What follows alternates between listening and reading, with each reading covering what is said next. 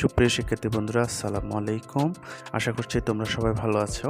আমরা আজকে ইংলিশ গ্রামারের গুরুত্বপূর্ণ একটি বিষয় পার্টস অফ স্পিচ নিয়ে আলোচনা করব। তো আমরা জানবো সর্বপ্রথম পার্টস অফ স্পিচ কাকে বলে।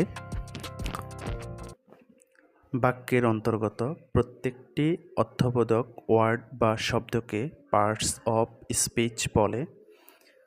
পার্টস অফ স্পিচ ৮ প্রকার, যথা: ১.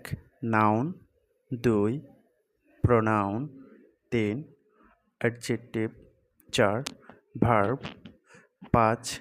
অ্যাডভার্ব, ৬. প্রিপোজিশন, ৭. কনজাংশন, ৮. ইন্টারজেকশন। ধন্যবাদ সবাইকে এতক্ষণ আমাদের সাথে থাকার জন্য। আমরা পরবর্তী ক্লাসগুলোতে ক্লাসিফিকেশন অফ নাউন নিয়ে আলোচনা করব। সে পর্যন্ত সবাই ভালো থাকো, সুস্থ থাকো, সেই প্রত্যাশা রেখে আজকের মতো এখানেই বিদায় নিচ্ছি। আল্লাহ হাফেজ।